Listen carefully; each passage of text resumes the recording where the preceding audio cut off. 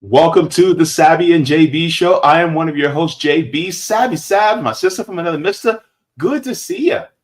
What's going on, JB? You looking kind of holy with that white on right now. It's actually blue. It looks white on camera, but it's blue. It's supposed to be like a light blue, but it does look white on camera. Wait. I'm gonna take you back. The pen is blue. The pen is blue. The goddamn pen is blue. Oh boy. I gotta watch the Jim Carrey movie again. Those movies are hilarious. Liar Liar would be a good movie to watch again. Either that or Fun with Dick and Jane. Yeah, Liar Liar is one of my favorite ones by Jim Carrey. Yeah. I'm on my knees in a $900 suit. Oh my goodness. Well, everybody, welcome to the Sabby and JB show on Revolutionary Blackout Network. You can find us here on Thursdays at 5 p.m. Eastern Standard Time as well. You can find Sabby Sabs on her channel at 8 p.m. tonight, right? That's right. All right. And then you guys can find me here back on RBN on Sunday at 1 for the JB show. And on my own channel, the JB Font channel on Tuesdays at 3 p.m. Eastern Standard Time.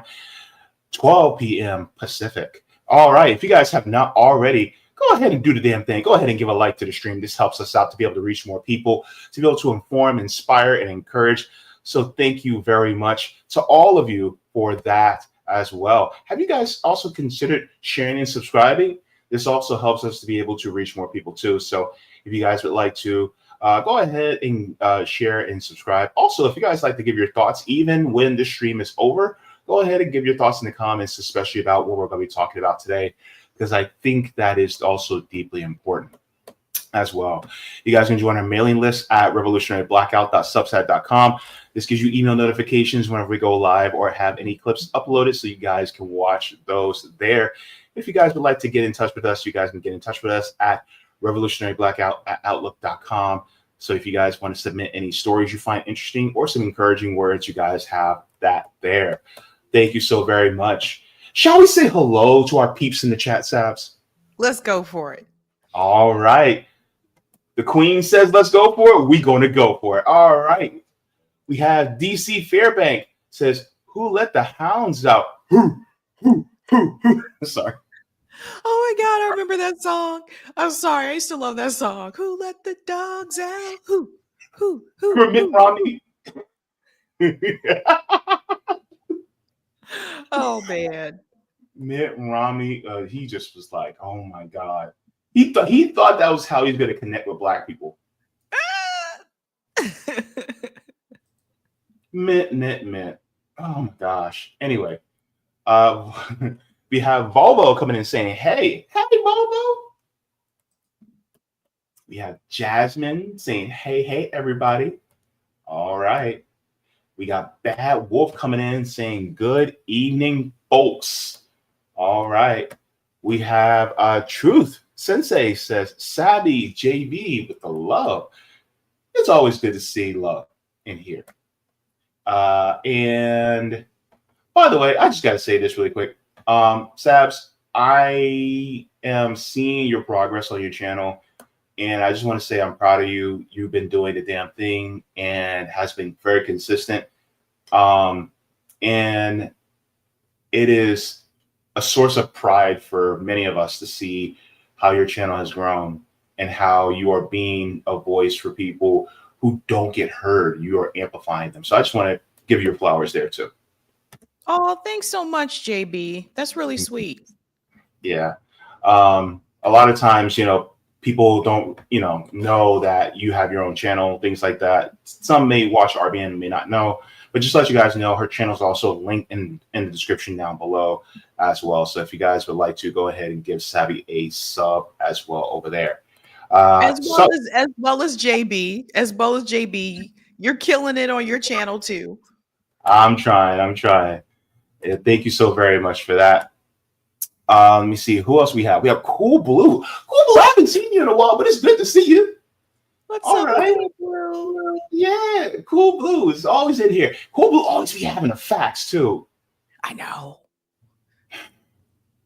I wish I was that smart. All right, here we go. I can't see. I think that's in Russian. But it says Sabby always killing it. Yeah. Oh. Thank you so very much. Thank you. I appreciate that. We have Crazy Cat says Sabby getting some trolls in the chat last stream. I noticed that, but that comes with the territory, right? Yeah. Yeah.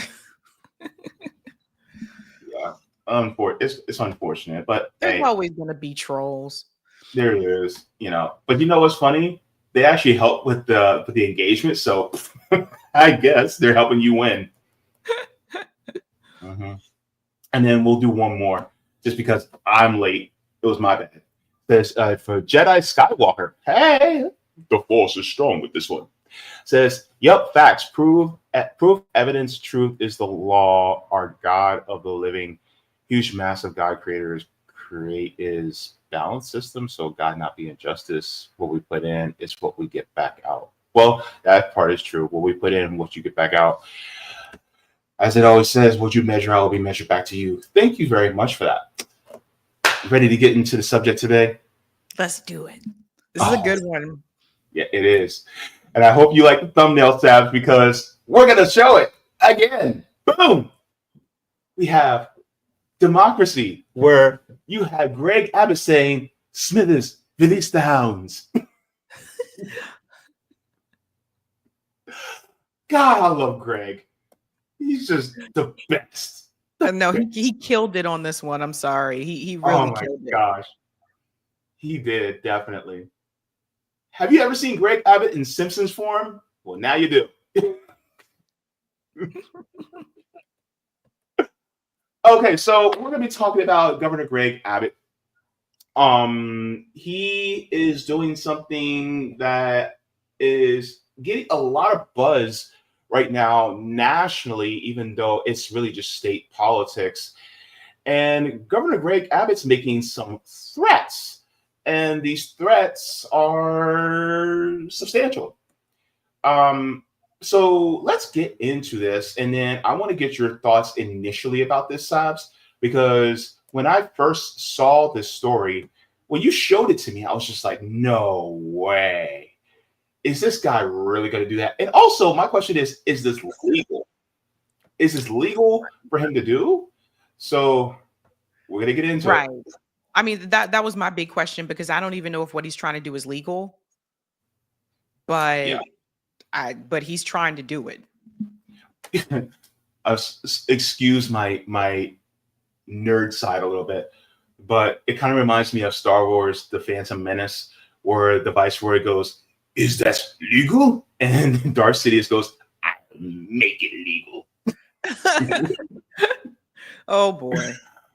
Oh, so let's get into this. Let me share the screen, and we shall get into this story. He says, rich hypocrisy.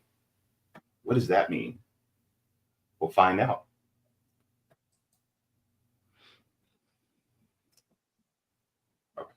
Big story of the day. Texas state lawmakers are set to reconvene Friday. The House, it remains frozen, failing to meet a quorum for the second day as Democrats have fled in order to block redistricting. This all started because Democrats are looking to defend current districts like this, Texas 35. That district was ruled unconstitutional, drawn with discriminatory intent, until ultimately deemed allowed by the Supreme Court. With threats against their cling to power, though, Democrats are screaming all-out war. This is unconstitutional.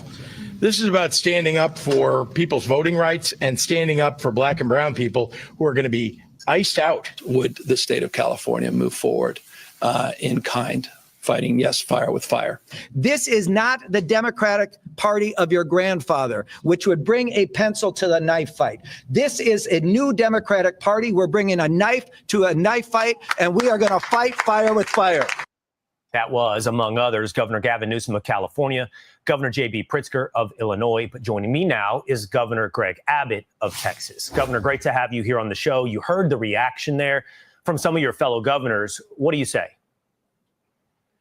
Some very rich hypocrisy on their part. There are no states more gerrymandered than California and Illinois and New York. In Illinois, I think they may have maybe 3 congressional seats for Republicans, despite the fact that Trump won more than 40% of the vote there. Same thing applies in states like California and New York. I don't think those states can gerrymander any more than they have. What Texas is doing, actually, we're drawing districts to provide every voter in the state the opportunity to cast a vote for the party and candidate of their choice. 4 of the 5 districts we're drawing, they're going to be Hispanic districts. They happen to be Hispanic Republican districts. One is going to restore the Barbara Jordan district in Harris County, Texas. And so what Democrats are really concerned about, if you look under the hood, is the fact that Hispanics and even black voters are voting more for Republicans than they have for Democrats in the past. The results of President Trump's electoral victory prove that. You have a map up, and it's a map of districts. But the fact of the matter is, if you look at the map of the presidential election, you'll see all across the border counties, President Trump won those counties, which are heavily Hispanic counties. Hispanics now vote Republican, and Democrats are losing it because of that. So give me your first thoughts regarding that, Sabs, because Greg Abbott is basically saying that we have to redistrict these because it's to the benefit of Black and brown people. Since when do Republicans actually care about identity politics? They don't, unless it's Israel. No, I mean, this is just them trying to cheat. Democrats do the same thing. And I'll show you after this story. I'll show you who's trying to do it now in response to Governor Abbott's actions. But the reality is, like, this is just another way for the GOP to get more votes. That's why parties redistrict, right? So things can work out in their favor. It's wrong. But you know what? They've been doing it. They've been doing it. I want to remind everybody, Dennis Kucinich was in Congress. You know, he was a congressman before he was working with RFK Jr.'s campaign.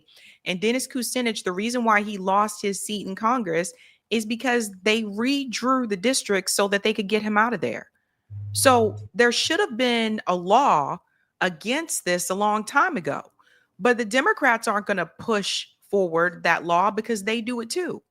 So that's the thing. And that's how you end up in the situation when you have a party that's not true opposition to the Republican Party, where they may disagree with them on some things, but they support them when it comes, you know, they go along with the corruption. They go along with, you know, the status quo and the corporatism and the military industrial complex. So that's how we got here. This is what I've been trying to tell people, that until the Democratic Party is willing to be a truly opposition party to the Republican Party, you continue to have these situations, these things happening.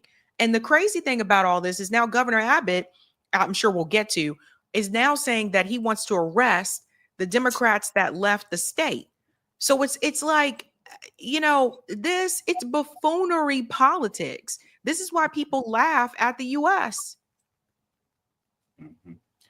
Yeah, definitely. So let's continue on in this. Talk about the Democrats who have fled the state of Texas for a moment, Governor. On Sunday, you suggested they could, citing an attorney general opinion, be arrested and replaced for abandoning their office. Earlier today, I spoke to Representative Oliverson here in Texas, and he made me aware, which I was not aware, that some of the Democrats who are not showing up for a quorum are actually still here in the state. So is it the case that you could actually arrest those representatives and bring them back to Austin to establish a quorum?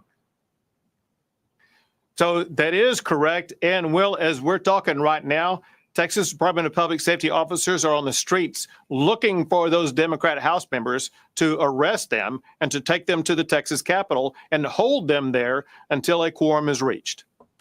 All right. And then, and that may, I'm not sure how many, can you tell me how many different representatives that we're talking about are in the state of Texas? I believe you're 6 short right now of a quorum. Would that number bring you to a quorum? So that's a fact that we don't know yet.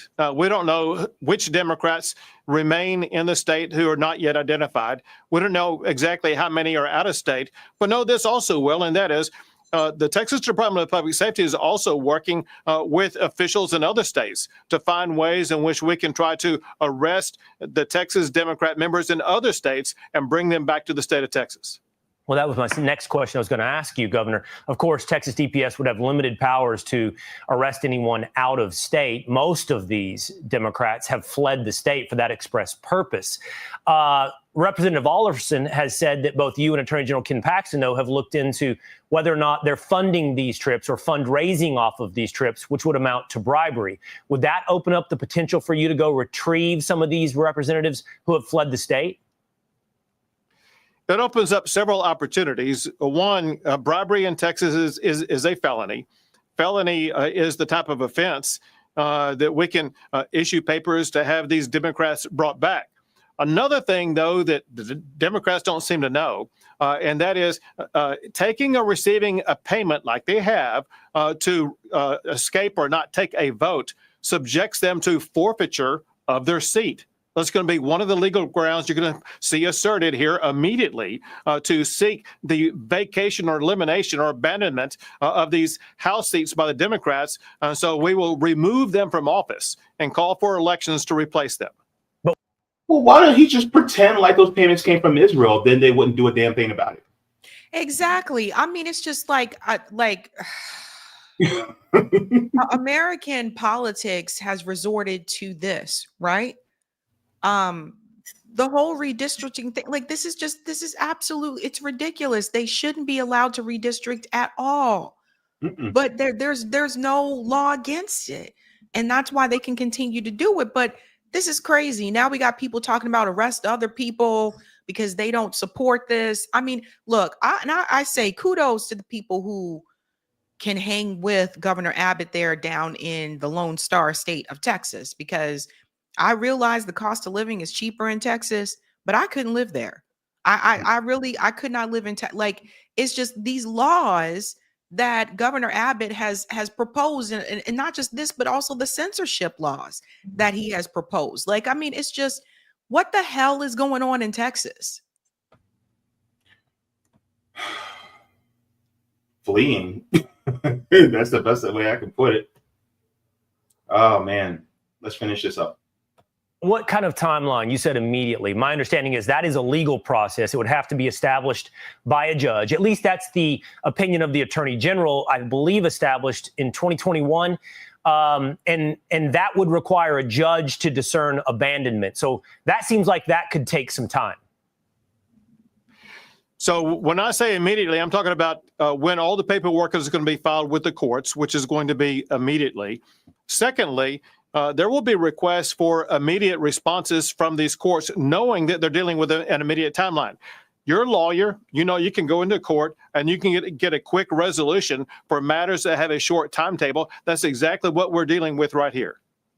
There's a lot of different elements to democracy. I'm just not sure when it became an acceptable element of democracy to flee the process in protest or deprive the democratically elected representatives of a majority vote. But several times now we've seen this play out in the state of Texas. So we'll be following along over the next couple of days. Thank you.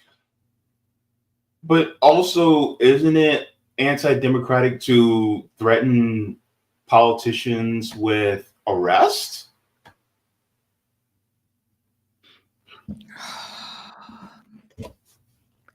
I mean, there's no, I don't feel like there are any checks and balances. And I think this is a big part of the problem. I just don't feel like you're seeing that at all. Like, and this is why, like, laws will change depending on whichever political party is in power. There's no checks and balances here. Yeah. And, you know, as far as, you know, the deeper details, here's the article that was actually talking about this exact same story. Let me see. So it says Texas governor threatens arrest of Democrats absent at Monday redistricting vote. And so It says more than 50 Democrats from the Texas legislature staging a kind of temporary political exile in the Democrat-led states was intended to deny Republicans in Austin the quorum necessary to vote on a redistricting plan championed by Donald Trump. And so it continues here. It says, by redrawing district lines in hopes of flipping some seats in the U.S. House of Representatives currently held by Democrats, the Republican Party aims to protect this narrow majority in the next year's congressional midterm elections. So basically, this is not for democracy. This is for the Republican Party. Exactly. Like that's They always try to say, "Oh, it's for democracy." No, it's not. right. Because here's the thing, right? Like people keep saying like Texas is purple or whatever. Like there's certain, Texas is kind of similar to some of the other states, right? Where if you get into the cities tend to be blue and the rural areas tend to be red or more red, right? So like Austin, Houston, Dallas, or like part of Dallas, like tends to be more blue. But then the rural area tends to be a little bit more red. And it just seems like to me, Governor Abbott is trying to do this to, of course, help the Republican Party. Just like when Democrats do it, they do it to help the Democratic Party. And you got midterms coming up. Like, believe it or not, midterms are just around it's wild, but midterms are just around the corner. Oh, so yeah. There's a number of things that are happening here. But at the end of the day, like, there's nothing stopping him from doing it. And that's where I say, I feel like the checks and balances are just not happening. And as much as we talk about national politics, a big part of it is local. A big part of national politics is local politics. And like, there's so much focus on, the president and Congress that a lot of times people aren't paying attention to what is happening on the local level in some of these states. Like, this is crazy. Yeah. Let's continue on in this article. It says, during Monday's State House session in Austin, the Speaker of the House in Texas issued civil warrants for the wayward Democrats, most of whom have gone to Illinois, New York, or Massachusetts to be brought back to Austin. So instead of putting them in jail, it's like, no, you're going to come back and you're going to vote on this, basically holding them hostage within the state house. It's crazy. And it's like, okay, we're going to force you to vote. But how can you force somebody to vote even if they're in the state house, if they don't say anything or if they don't do anything? Right. Right. And they can also abstain from vote. Like they can choose not to vote. Right. Like haven't we seen people do this before? So it's like, what are they trying to do? Yeah. Like you can't make these people vote yes or no. They can choose not to vote at all. Yeah. And it just like, but honestly, at this point, like, well, what do you expect them to do? It says, but the warrant only applies within the state. It says, and breaking quorum is not a crime that would allow Texas authorities to pursue extradition from other states. So apparently it's illegal to break quorum in Texas, but they can't be pursued outside of Texas for breaking quorum. But see, that's what I was saying about some of those laws in Texas. Like a lot of times it just comes down to the law in that particular state. I mean, it's just, this is absolutely insane. Now, it continues, says Abbott cited an opinion by the state's attorney general that Texas district courts may determine whether legislators have forfeited their offices due to abandonment, saying that would empower him to swiftly fill vacancies. It says, but even if Abbott succeeded in ousting the absent Democrats, it would take time to hold new elections. And even if they actually did new elections this year, there's still the midterms next year. Right. So, I mean, this is a way that the Texas Democrats that decided not to participate, this is their way of, I guess, resisting or fighting back against it. Because at this point, it's like they're trying to impose this on people. And it's just, who is supposed to check the governors, JB? That's a good question. I mean, I thought that the legislator was supposed to check governors. I thought the legislator and really the courts, like the Supreme Courts of the state, the appellate courts, the Supreme Courts were supposed to be the ones that said, you know what? No, we're gonna put a check on the power of the governors. But if the governor has this much power, and plus he's basically a Trump crony, then of course he's going to try to do whatever he can because he wants to be in good graces with Trump. Maybe Abbott also has some presidential aspirations down the line too. Could be. I don't know. I mean, it just I don't know. I don't see people. I don't think people. I don't think Governor Abbott could become president. I really don't.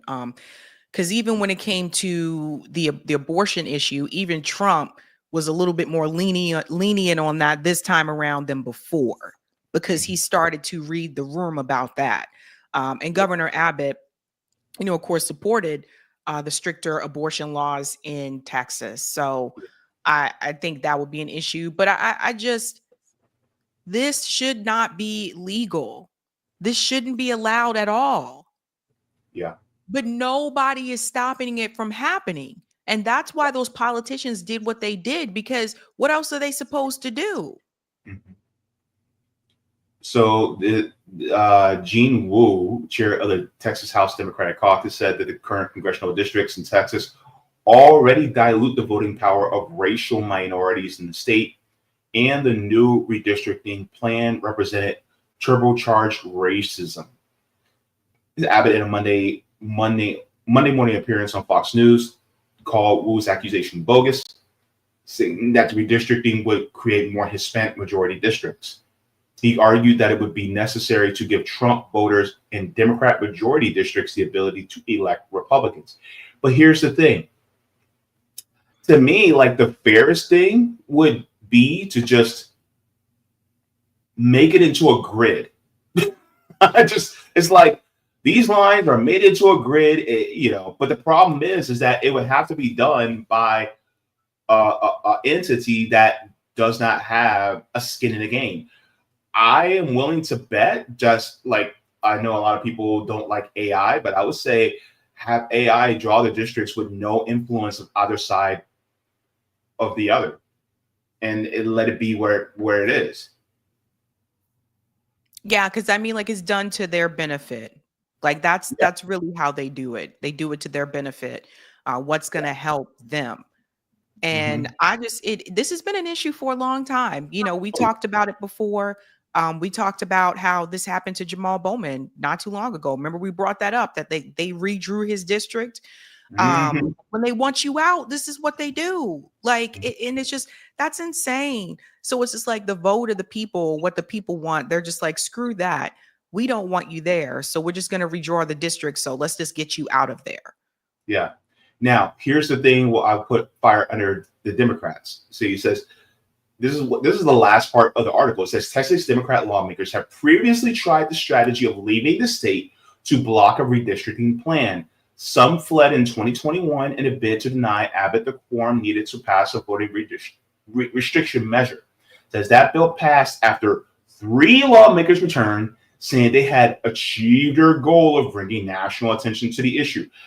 What goal if you brought national attention to it, but then you still failed? And that's my thing with Democrats, right? It's like, you guys do that. Like, let me be real. This leaving the state over a quorum is theater. That's what I think. It's theater. Because they're going to go back, they're going to do the quorum, it's going to get redistricted, and then guess what? The Republicans are going to get control the way they want it, and the Democrats are going to fundraise off that and make more money off of that, so you donate to their Act Blue, and then they can say, oh my God, the Republicans did this horrible thing. We tried. But again, like I said, like, who is supposed to, there's nobody to check them. Who is supposed to come in and check Governor Abbott, though? That's the problem. It's just like and we talked about this before, it's like, there's all these laws that are being implemented in Texas. And then, of course, the governor just signs off on it, and like, nobody comes in to say, no, this is wrong, or no, this is unconstitutional. So that's what I'm saying. Like, Nobody is checking him, and that's why he's doing what he's doing.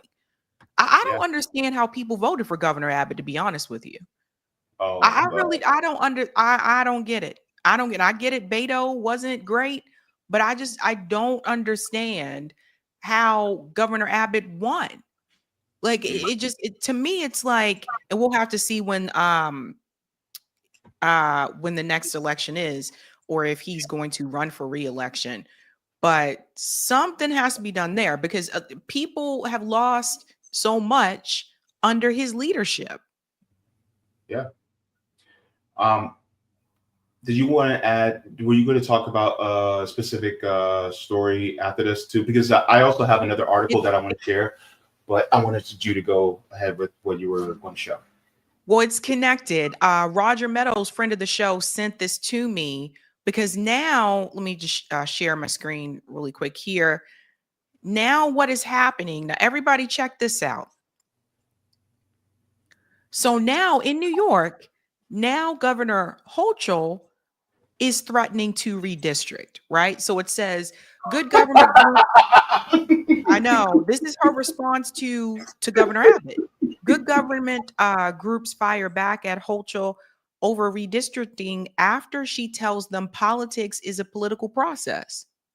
Now, it goes on to say, as they fend off criticism from good government groups over the potential constitutional amendment to allow mid-decade redistricting in response to a Donald Trump-backed effort in Texas, New York Democrats pulled out the one-liners.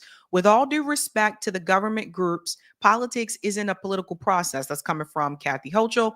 In politics, there's no such thing as nonpartisan. That's Assembly Speaker Carl Heastie. And then it goes on to say here, Democrats in the Empire State are pushing the amendment out of fear that the mid-decade redraw in Texas, one which sent Democratic Texas state lawmakers fleeing to New York and other states to prevent a special session vote, will help Trump retain and galvanize his now slim Republican House majority in 2026. That is an outcome they insist is a significant threat to democracy.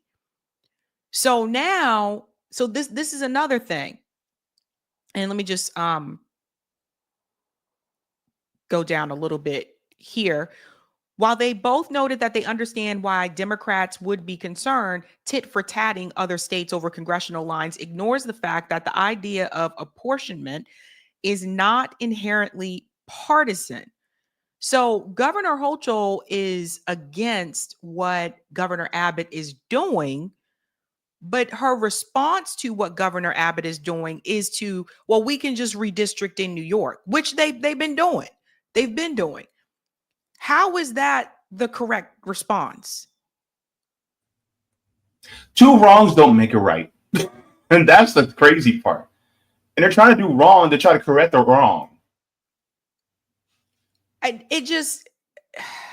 It says here that they argue that even if the state's current mechanism for drawing lines doesn't live up to it, ideally, an independent body should be in charge of protecting one person, one vote, which is intended to ensure that individuals throughout a state have roughly the same voting power as someone in a different area of the same state. Goes on to say here, Horner likewise not taking kindly to the argument that if Republicans don't play fair, Democrats shouldn't have to either. Texas and maybe other red states are under pressure from the president to rig their elections to help Republicans get elected, he said. It's understandable why Democrats would hate that idea, but we believe that redistricting is about the public, not about political parties. So again, like, this isn't the correct response to that. So they're doing it for their political party. It's embarrassing. It's honestly embarrassing. And that's why I tell people, it's just like, I don't know, man. I don't know. Because she called him out. Well, Governor Hochul, she called him out. She said, Governor Abbott, what he's doing is wrong. What he's doing is wrong, but now you want to do the same thing to counter.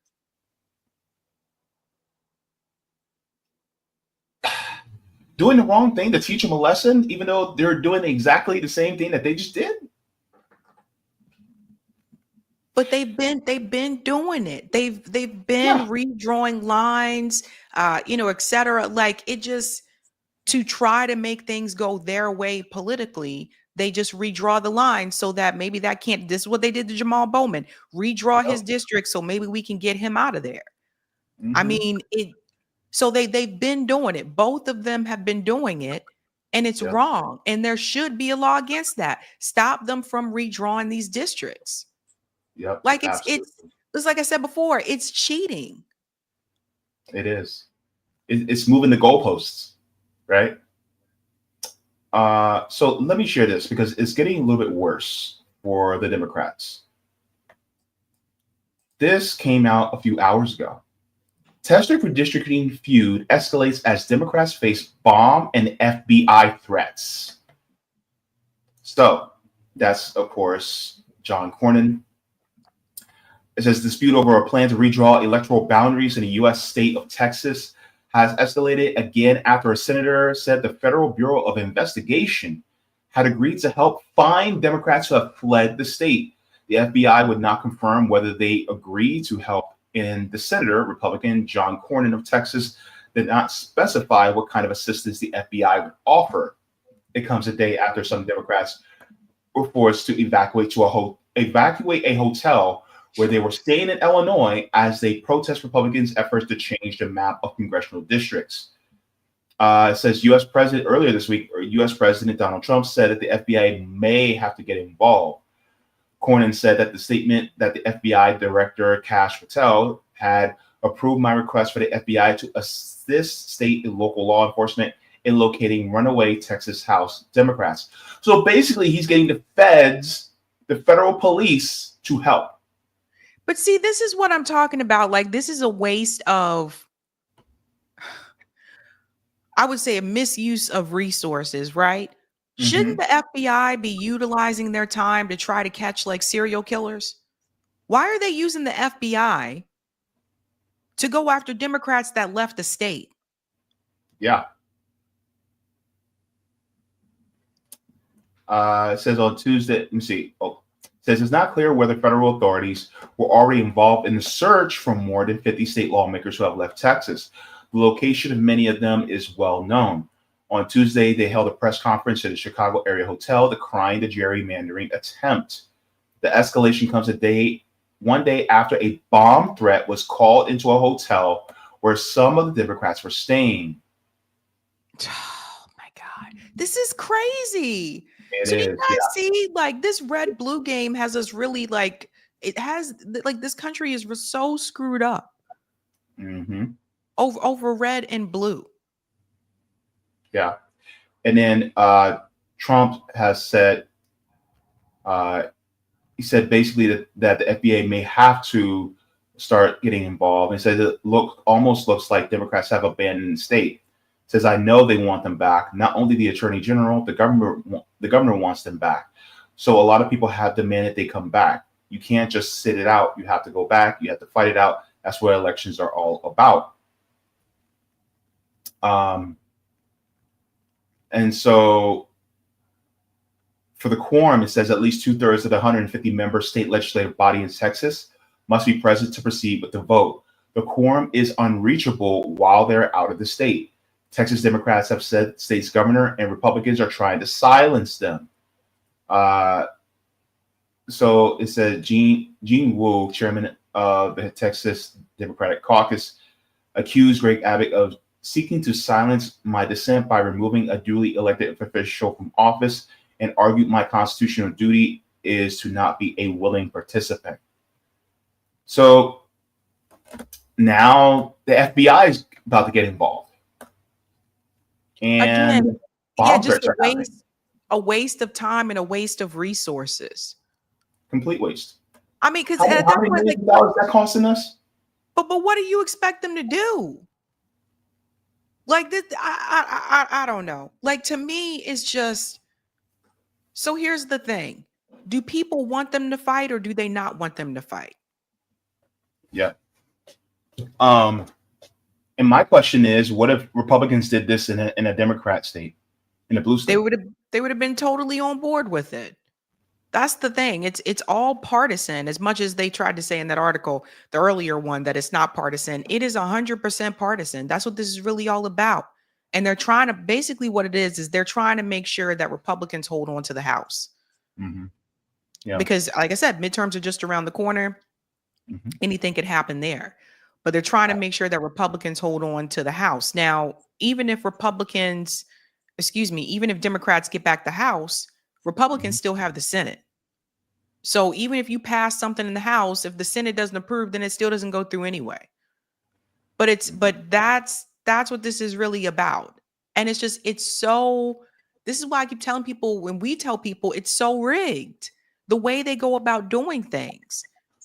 Yeah, absolutely.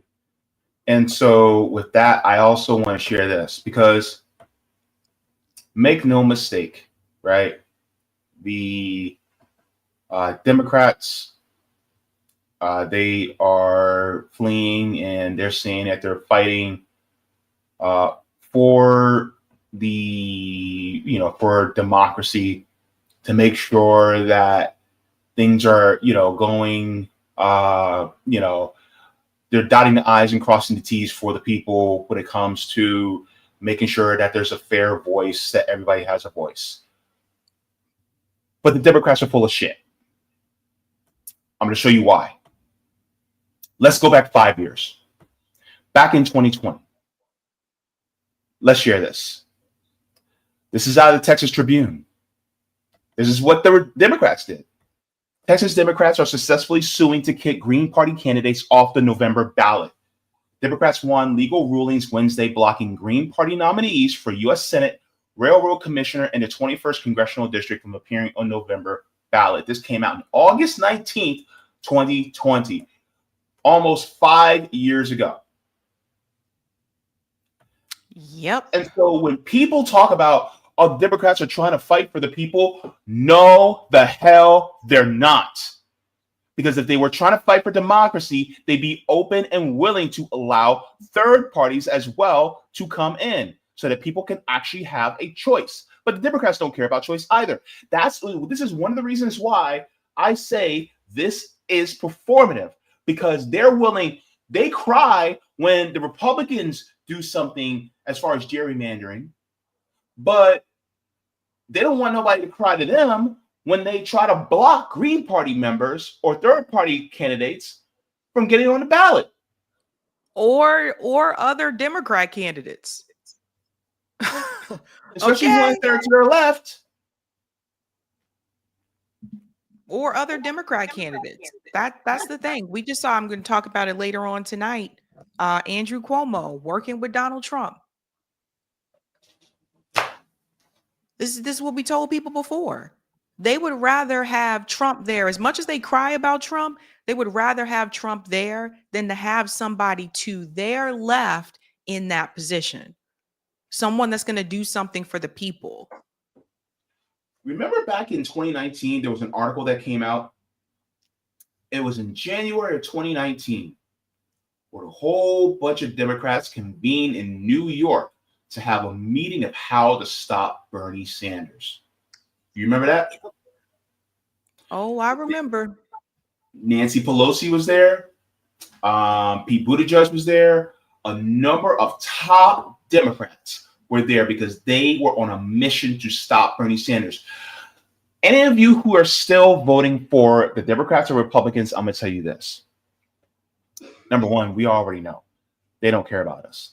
But two, neither of those parties care about democracy at all, especially if there's somebody that's running that actually wants to do tangible, concrete, material gains for the people. Their job is to keep that from happening so that you think you're only presented with two choices, and then out of those two choices, they make it look like they're fighting. The Republicans and Democrats play fight. Just like when you used to do when you play cousin, that's exactly what they're doing. It's not serious, because at the end of the day, guess what? When Mama says dinner's ready, they sit at the same table together. Not only that, but if you talk to some of the people that have worked in DC, they'll tell you that a lot of these people in real life are buddies. A lot of this is for the cameras. It's for show. A lot of it is for show. And at the end of the day, a lot of these people, like, they can all go to the same country club, stuff like that. Like, now, granted, they may disagree on policy. That part is real. But at the end of the day, like, they're there to maintain and protect the status quo. They're not there for any type of radical politics that's going to benefit the working class people, the American people. Everybody should have learned this lesson when Bernie said, "My good friend Joe Biden." That he meant that is his friend. A lot of these people, they all kind of cool with each other. Maybe not all of them, but it's not what you think. And if you talk to people that have worked on Capitol Hill, they'll tell you in real life, these people, they might go to lunch together, they might go chill together. It's very different, because at the end of the day, I think some of them are just there for the perks. I think some of them are there for the perks of, you get the book deal. If you're there for at least 5 years in Congress, you get a pension for the rest of your life. We don't get the type of health insurance that they get. 5 years of work and you get a pension for the rest of your life. Who else gets that? Right. Let me know, okay? Because most of the jobs that I know about don't even offer a pension, period. So I think a lot of them are there for the benefits. And then also, I do feel like in the past couple of years, there has been this like celebrification in politics, where it's almost like some of these people are people that they're like pseudo celebrities. And it's almost like that's what they really want to be. Like, they don't want to be an actor or a musician, but they want to be like a celebrity politician. Does that make sense? Yeah, that's part of it too. And so it's like, I don't know, man. Like, I just don't think most of those people there are really there to fight. And I do know a couple of people that did work in DC, one in particular that worked on Capitol Hill as a staffer. And she made it very clear to me. She said, a lot of the stuff that you guys are seeing is a joke. It's all about making sure that things don't really change for the people that are not a part of the middle class, which is very, the majority, because the middle class continues to shrink.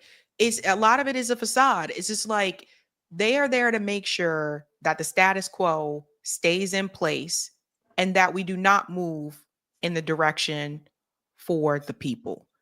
And both parties do that. So at the end of the day, it's like, and I was always wondered, like, I wonder, like, one day it might be great just to walk around and hang around outside the Capitol building or whatever and just see who talking to who.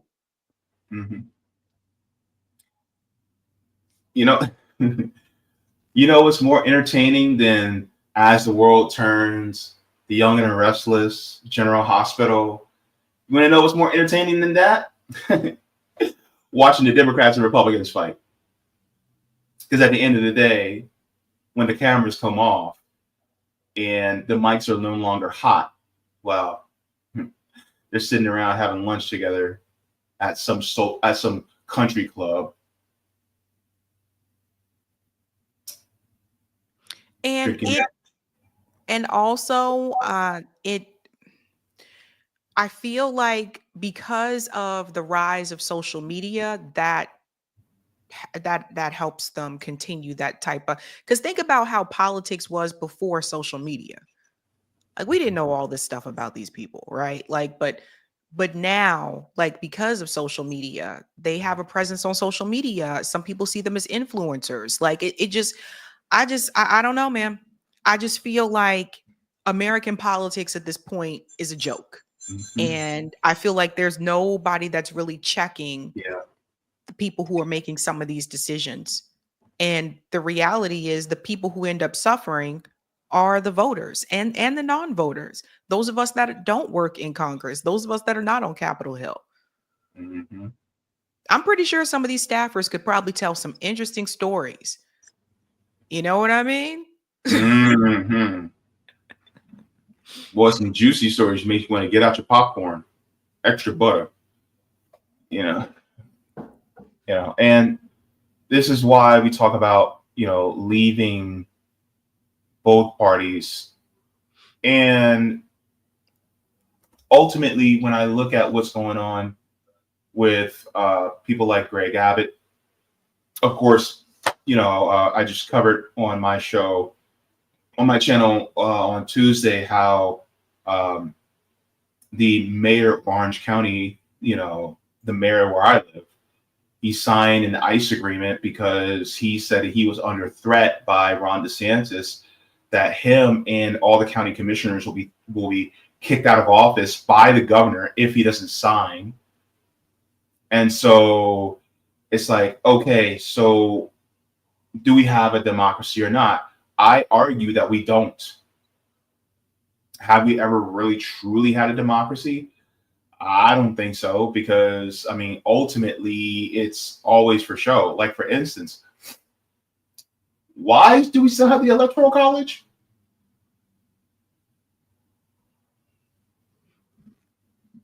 Shouldn't it be for who's the most popular? I thought it was one person, one vote. Who the hell are these electors? But you're not really voting for the politician. You're voting for an elector. Like that's really what it is. Like, even if you look on the ballot, it says the electors of. So that's really what you're voting for when you mark your vote, like, on the ballot. But the real reason behind it, well, back in the day, was it was supposed to give the slave states some type of leveled playing field or something like that. Back in the day, that was the whole reason for it. People have argued back and forth. Do we still need it today? I would say no. No. But I don't think that's going to change anything. They don't want to go by. They don't want us to have the popular vote. Because that's really the will of the people. Because if the people come out like that, they're telling you, like, this is the person that we really want. They don't want us to have that. Yep. And issue for issue, if you were to give people the power, they will go left, further left. Because the thing is, like, ultimately, government is supposed to be there to serve the people. I know a lot of people, especially conservatives, go, well, we just need to get government out of the way. It's like, okay, government needs to get out of the way until, oh, well, who's going to fix this pothole? Government needs to get out of the way until, oh, well, my family member was poisoned by such and such, and so who's going to answer for this? Government needs to get out of the way until, oh, man, the airbag in my car blew up in my face, and now I have these shards of metal in my face. Well, it's like, the thing is like, the problem isn't necessarily government, it's who's running it. And I reference this because God bless Roger Meadows. One of the best analogies he ever gave was government is like a hammer. You can use it to build or you can use it to destroy. Either way, it is a tool. And so therefore, when people use it in a way, if you give a hammer to an axe murderer, guess what the hell they're going to do with that hammer? Think about it. Think about it. So this is why. And then look, some people got, because here's the thing, Ronald Reagan, as well as the Democrats, they did a twofold thing. They basically demonized government both. Because people will think, oh, well, the Democrats don't demonize government. Yes, they do. They help the Republicans. So Ronald Reagan was like, oh, government is the problem. And then the Democrats, instead of saying, yeah, government's the problem, guess what they do? They sabotage it by being ineffective so that it reinforces the idea that government is the problem. When in reality, it's not necessarily government being the problem. It's the problem of who is wielding it. And it's not you or me, right? It's the corporations. This is why a systemic change needs to happen. Capitalism needs to be burned to the ground. That's all that needs to happen. Because the thing is, like, if you have a system that's built on exploitation, right? Reforming the system is still built on exploitation. This is why I made a tweet earlier. I think it was either today or yesterday. People were talking about, remember everyone was talking about UBI, like it's like the best thing since sliced bread. And I was like, UBI is really just a reform within the capitalist system where it can still be chipped away by the capitalists. doesn't make any sense. It's still gonna That like part. what are they doing with Medicare, Medicaid, Social Security right now? I mean, this is what I'll say. Um, I just think that the money, the corporate money is a big part of the problem. And you were talking about democracy. You know, did we have democracy when all those people voted for Bernie in 2016 in the Dem primary and the DNC decided to give those states to Hillary Clinton anyway?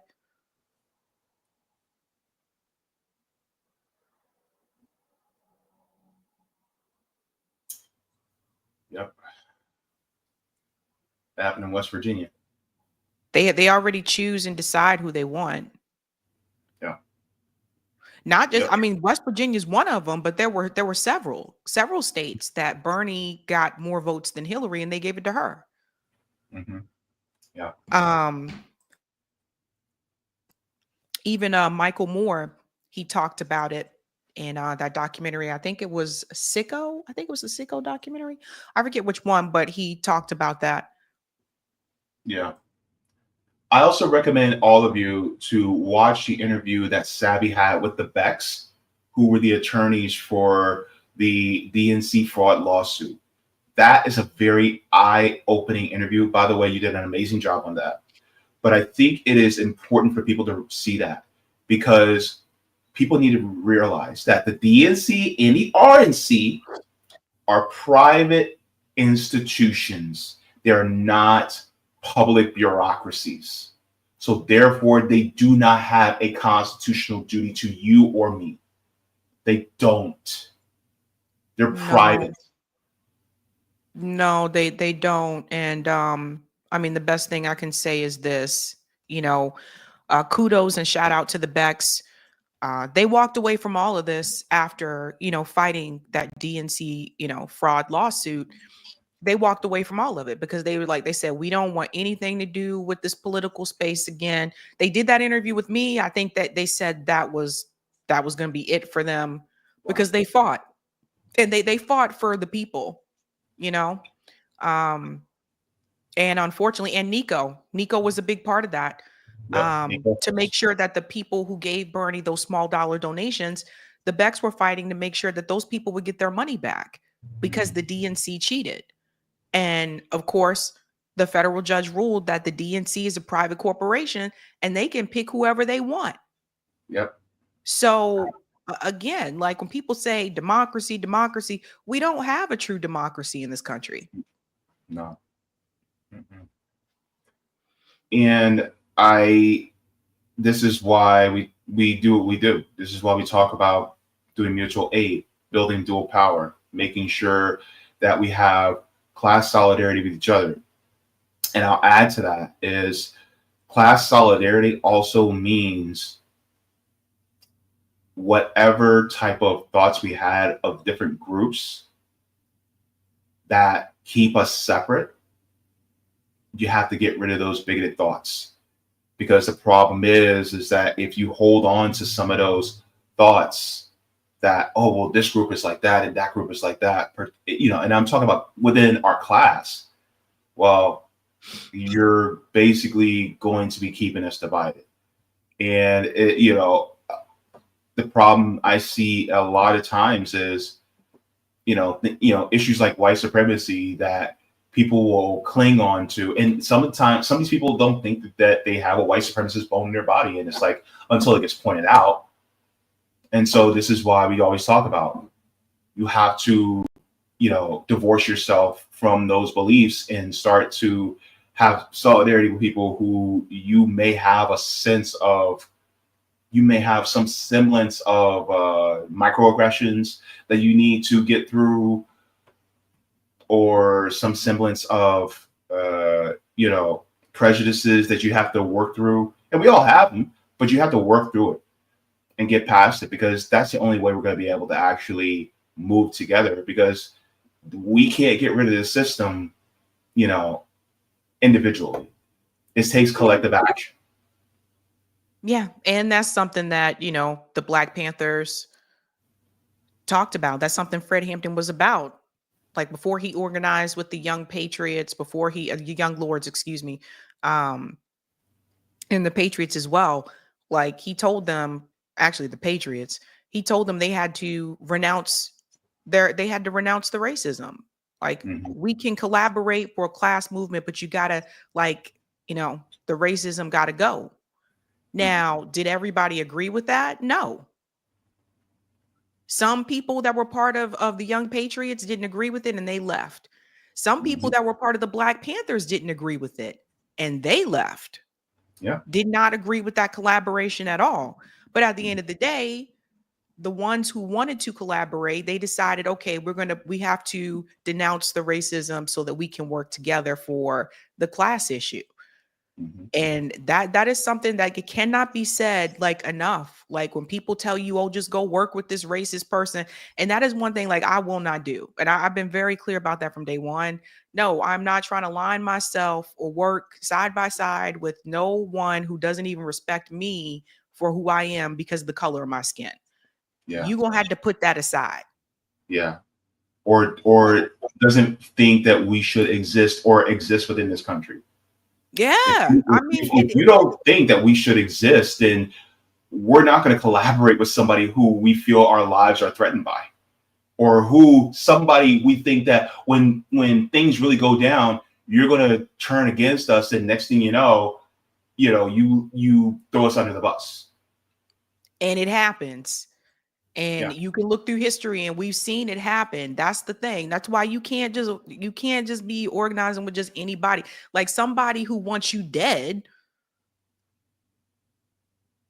That's the part about that. And it's always those of us that are marginalized. We're always the ones that are asked to what is it, JB? We're always the ones that are asked to compromise. Just forget they're racist bigots and just work with them anyway. But they're never asking the other people to compromise. You ever notice that?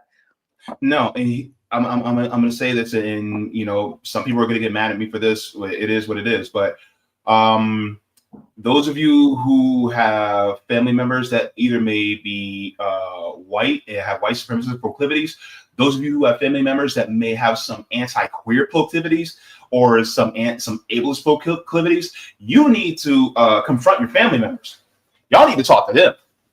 Because quiet as it's kept, it's number one, it's not our duty to do it. Number one. Number two, instead of alienating yourself from them, actually move them into the direction that would help them and us to be able to come together. Because the thing is, like, if you're sitting there going, well, I don't want to talk to them because you're this way. I was like, okay, well, they're definitely not going to listen to us. So how are you going to change their heart? The thing is, like, this is one of the reasons why RBN exists, so that other people can watch us and listen to what we say from a Black perspective. Why the hell do you think RBN exists? Because why do you think it's called Revolutionary Blackout? Because the thing is, it's like, hold up. If you look at the independent media space, how many of us are there that are Black on the left? Not many. Oh, you mean on Maybe YouTube? You can count on YouTube, not many. Yeah, maybe on one hand you can count maybe 3 or 4, maybe 5. But outside of that, that's it. And so the thing is, like, ultimately, like, in order for us to really actually come together, you have to come with the view of, I have to do my part. And part of that is, if there is a part of the system that has some type of supremacy, like, for instance, white supremacy, well, what are you doing to help dismantle that? Right? I don't know. I just think that this whole issue with Texas, it's not, and that's the thing, like, the Texas story is getting a lot of the attention right now, but it's not just Texas. It doesn't just happen in Texas. I wish it was national news every time it did happen, but it's not. And I think we need to ask questions about that as well.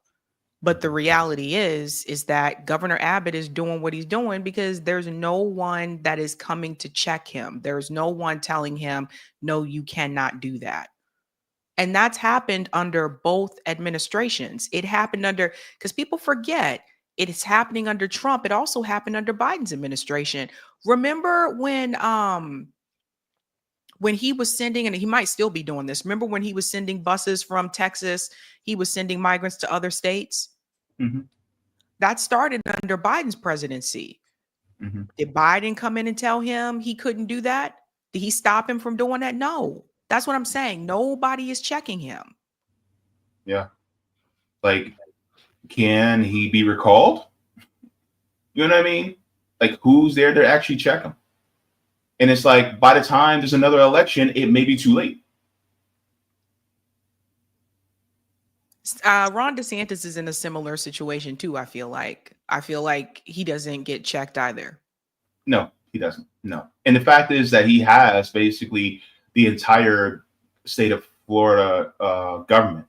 He has the state house and the Senate. So who's going to check him?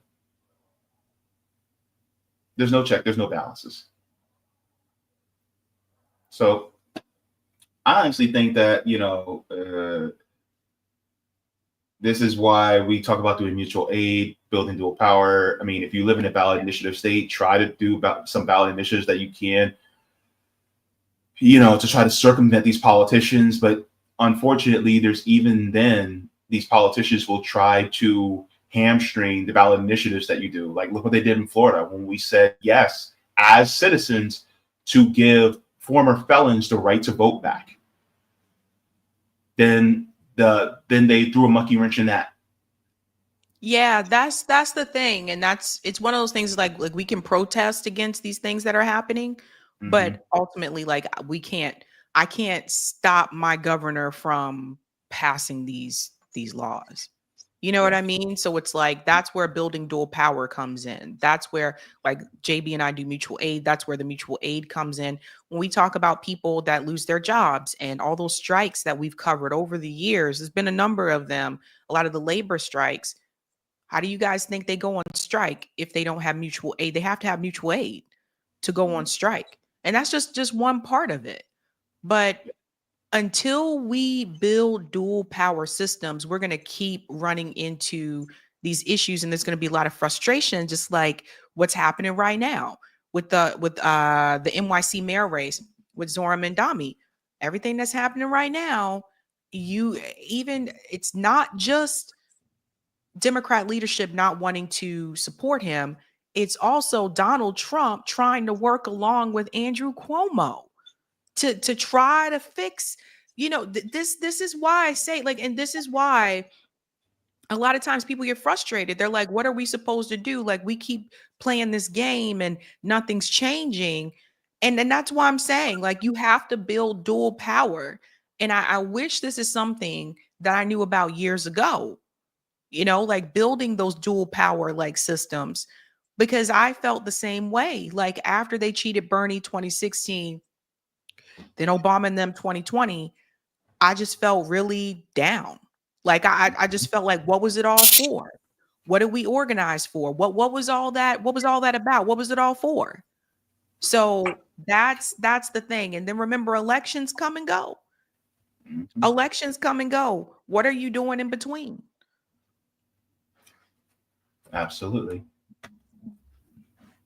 Go ahead and give a like to the stream. Thank you so very much to everybody for tuning in. We're going to be going to the chat in a little bit to see what you guys thought and give your thoughts on this. Do you think what Greg Abbott what he's doing is correct, is the right way to go? Do you think that he's going about it the right way? Do you think that we still live in a democracy? Do you think Texas is a democracy? Let us know in the comments what you think. Also, even if you're watching this on the rewatch, go into the comment section. Let us know what you think as well. Thank you very much for that. Before we get into that, because we're talking about building dual power, we're talking about democracy. Well, we want to democratize power in this country, and we try to do it through mutual aid. And so you guys actually help us out with that. And this is why we want to say thank you to the patrons. Without you guys, we would not be able to do this work. You guys make RBN possible, because look, I'm going to tell you this right now. We try to walk the walk and talk the talk day in, day out. it's not easy because, we're activists first and then we're podcasters second. Meaning that what we do is we try to direct people into realizing their own power, to put the power back inside of their hands. The problem is that you have people constantly telling you that you have no power, or they try to say, oh, give us the power. No. No, you have the power. It is not just bubbling the name in every 4 years. No, you have the power to build class consciousness and build dual power with your neighbors, with the people in your area, in your neighborhoods, in your community. And this is one of the things that we try to do. And we try to bring it to you also through the news, as well as through opinion of why we should change the system. And you guys allow us to be able to do that every day, every week, and every year. So thank you so very much from the top and bottom of our hearts. So let's get to the chat, shall we? All right. All right. So let me check. Let's see if we have any Rumble rants. If we do, then we'll highlight those. If not, then we shall move on. Okay, no Rumble rants right now. We are good on that. Let's check the Rockfin chat. We do have a Rockfin chat. All right, let me make sure I open this up.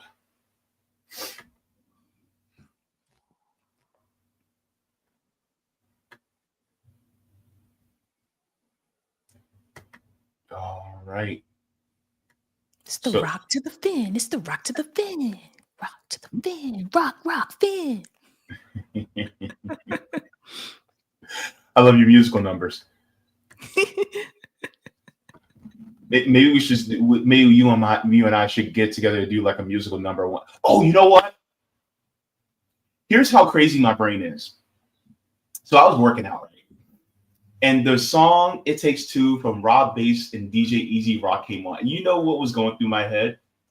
You and I on stage in Adidas leisure suits with Kango hats, dancing on stage. It was the hypest thought in my head. I was like, yo, me and Seba like this, back to back. I was like, hey, I would do it too. I would do it. oh man. And you're like, DJ Easy Rock, when I break it down, you let loose. 1, 2, 3, get loose now. And I'm just dancing. It takes two to make it. It takes two to make it. That's one of my workout songs. That is one of my yes. That's a good one to work out to because it gets you all pumped up and energized. Yep. I want to rock right now. Came to get down. I'm not internationally known, but I'm known about the microphone. Let me stop. All right. Roger says, don't forget this one too. If you haven't showed by the time you read this, JB. Let me see this. Oh, that's interesting. I'll read that in a second, and I'll read that next statement really quick, and then we'll get to what you shared with me. He says, unfortunately, the 1958 SCOTUS decision, Alabama versus NAACP, said parties are protected by the First and 14th Amendment. Party abolition must be done. U.S. Constitution Amendment. Yeah, we got to get rid of all parties, basically.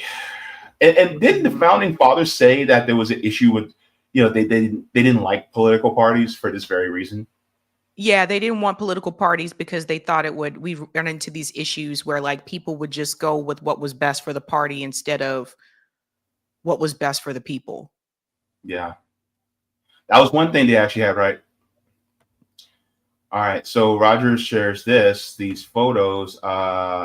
So says, under the Constitutional, state legislators have the primary role of drawing legislative maps, but Congress has specific power to intervene should it choose to set rules for how it should be done. States are required to draw new legislative maps after the census that takes place every 10 years. The states are not prohibited from drawing new maps between censuses, but it is rarely done. It also says the Supreme Court narrowly upheld the use of independent commission in a 2015 ruling. The court's composition had changed since then, meaning it is unclear whether it will reach the same conclusion now. Meanwhile, the California Democrats scrambled to try to override the redistricting commission in response to the Texas plan. It may make less political sense for states to set commissions up in the future. So thank you very much. I'll share that link in the chat for everyone. Thank you very much for that, Roger. Appreciate it.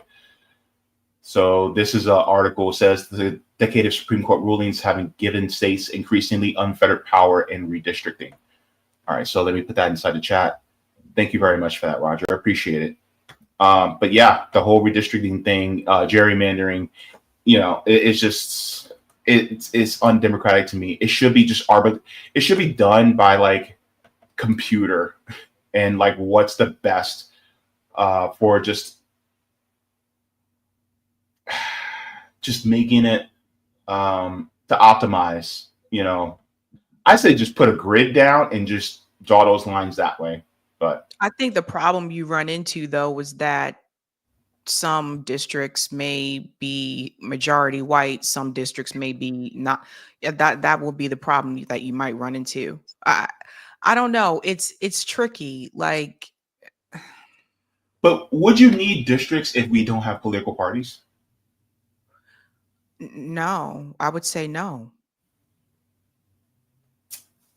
See, that's kind of what it all goes back to. Yeah. Let's go into this. Scoop sign says, I was wondering about the Simpsons not being Mr. Burns. Smithers, release the hounds. Oh my gosh. Oh my goodness. We have Okay. This person, whoever this is, says whenever it's time to hold Republicans accountable, it's always Democrats do it too. Damn. Oh, you spelled damn wrong, by the way. Damn, hold these hillbillies accountable for once. Hang on. My question to you is, first of all, is this your first time watching RBN? Because no, that's a troll. Both parties get smoke no matter what. They both do. They will always get the smoke. They will always get the smoke in this channel. Because the thing is, like, we're not going to focus on one and not focus on the other. By the way, when the Democrats were in power last year, we also called out the Republicans too. Because the thing is that ultimately, the duopoly, both parties are shit. And so we got to call it out. Because they're really not two different parties. They're one. That person already knows that, JB. He came onto my call-in show. He's a troll. Oh, well, never mind. Okay. Moving on. Oh my God. Coming in with the super chat. Thank you so very much, by the way. Wisconsin is the most insultingly gerrymandered state. It and Pennsylvania and Michigan are the leading bellwether states. Wisconsin was Trump's number 31 best state margin of 31 carried states, yet Republicans have 6 of its 8 House seats. Can we give it up for Cool Blue with all the facts? Between Cool Blue and Roger Meadows, it's like a PBS channel. I know, that's interesting. Well, that's the blue wall. That's the blue wall. Wisconsin, Pennsylvania, and Michigan. Yeah. So I know Cool Blue always comes with the stats. Gosh, I'll be learning so. I learned so much, and I'm one of the hosts. Man, y'all brilliant. Okay. Alimony says Dems need to come back and do their jobs. I'm sick of Texas Dems pulling the stunt instead of educating voters and operating offices in all 254 Texas counties. I mean, yeah, they need to do their jobs. But like I said, this is all theater. This is theater so that you look at Democrats in some type of way, but it's also theater so that people who vote Democrat will look at Republicans in some kind of way, when really they're just playing good cop, bad cop. Yeah, I don't think this makes Republicans vote Democrat next election. No. You know what I mean? Like, it's just like the people who are in their parties are in their parties. If anything, it's to try to sway those that are independent voters. Yeah, it's team sports. Yeah. That's unfortunate. Violin says proportional representation is on the Green Party platform. This is why. Alimony says the cost of living has gone way up because so many Californians and Northerners have moved to Texas. Same here in Florida. Yeah. Anna Ringwald says, my dad told me back in the 60s that Texas was the most corrupt state in the country. Interesting. Anarchy Television says America was never a democracy. The word democracy doesn't appear anywhere in the Constitution or the Bill of Rights. Red 6 says population shifts. Minorities have a bigger population in Texas who lean Democrat. Let's go to Cool Blue. Says when Biden won in 2020, California was his number 5 best state. When Trump won re-election in 2024, Texas was his number 20. A prevailing year for either party. Democrats should have 80% House seats in California, Republicans 70% in Texas. Interesting. Yeah. Roger Meadows said, thank you for this, says a quorum needs them to be present, voting not required. So why are you running then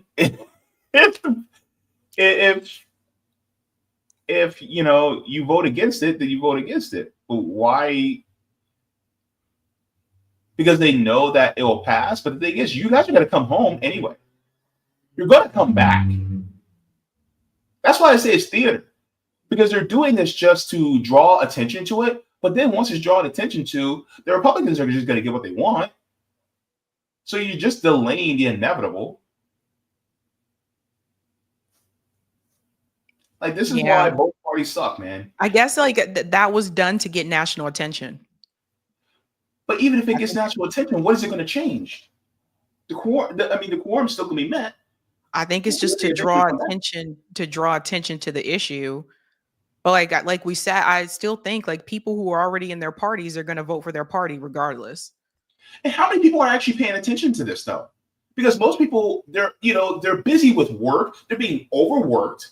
They have to worry about their families. They have to worry about their lives. So most people are not tuned into politics like you and me. It's true. Even when I talk to my friends, like they're not paying attention to these things. No, they're not. So to me, it feels like a fool's errand.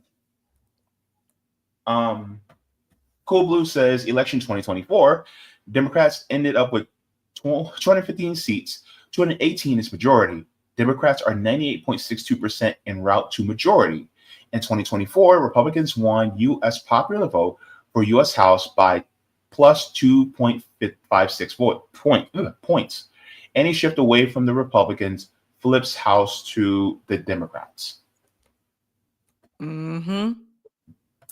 Official People's Party says purple real populist power. All right, thank you very much for that. Let me check and see if I missed any. I think I missed one super chat, and then we shall end it. Roger Miller says they are doing it by computer, just AI. Or does he say joking? Either way. Wandy says, Wandy, thank you very much for the super sticker. Appreciate it. I think he was joking. Oh, okay. Roger, you know I ain't that bright sometimes. I'm still tired from the workout. Also says redistrict still exists because part of the U.S. Constitution partly isn't. Party isn't. Let's see.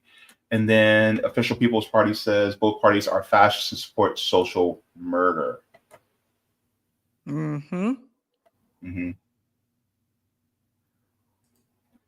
Strong Flowers says, no, the Texas legislature is on a special session. Our legislature only meets every other year for 5 or 6 months. Really? That's horrible. Oh, he said he's not joking. No, not joking. smack my face and call me Susie. Okay. All right. So, Sabs, what you got going on tonight? I know you got a juicy one.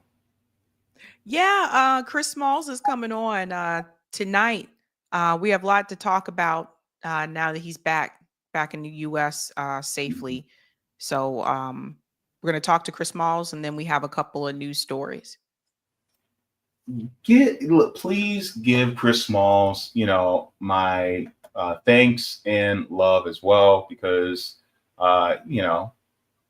he is doing an amazing job. And Roger said I missed the super chat. I'm trying to end on time. Sorry about that, Roger. No, you didn't. I don't think. I don't think I did. No, he might not have heard it. I could have swore I actually read it. I think you did. I mean, I went through all of them. Yeah. You may not have heard it. Yeah, I went through all of them. Unless you're talking about a tip on Rockfin. No, I got a Rockfin. Yeah, let's see. Yeah, I think I got to all of yours, Roger. But thank you so much, by the way, everybody, for tuning in. And so next week, of course, I'll be doing I